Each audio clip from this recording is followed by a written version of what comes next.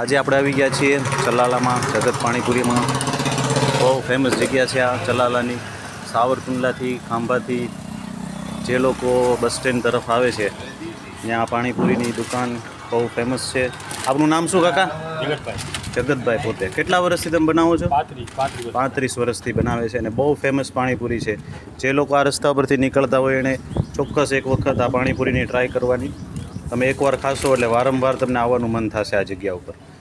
કાકા તમે કઈ કઈ વસ્તુ વાપરો છો આમાં? ખાલી પાણી ચણા બટેટા જ વાપરું છું. અને મસાલોમાં શું શું તમે નાખો છો? ધાણા જીરું હા. પછી કોથમીર લીલા મરચાં. અને પાણીમાં?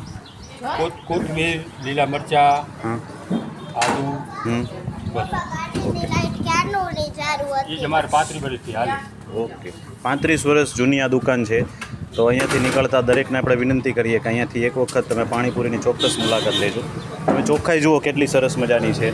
દરેક વસ્તુ છે તમને એકદમ ચોખ્ખી અને તાજી મળશે. પાણીપુરી ખાવાની તમને 100% ચોક્કસ મજા આવશે. કાકા મજા આવે છે ને તમને? બહુ ટેસ્ટ. કેટલા વર્ષથી તમે આવો છો અહીંયા? બસ આ બસ ત્યાં ના શું યાર. બોલો. તો જો આટલા બધા ઘરાકની દુકાનમાં છે અને પાણીપુરીનો બધા આનંદ લઈ રહ્યા છે. તમને તાજા અને ચોખ્ખા પાણી મળશે. આ બનાવટ જુઓ ભાઈની. પાણી તમે જુઓ, પાણીપુરી તમે જુઓ, એકદમ મોટી સાઇઝ છે અને એકદમ ચોખ્ખી વસ્તુ તમને અહીંયા દેખાશે. તમને જોઈને જ ખાવાનું મન થઈ જાય એવી પાણીપુરીનો ટેસ્ટ અહીંયા છે.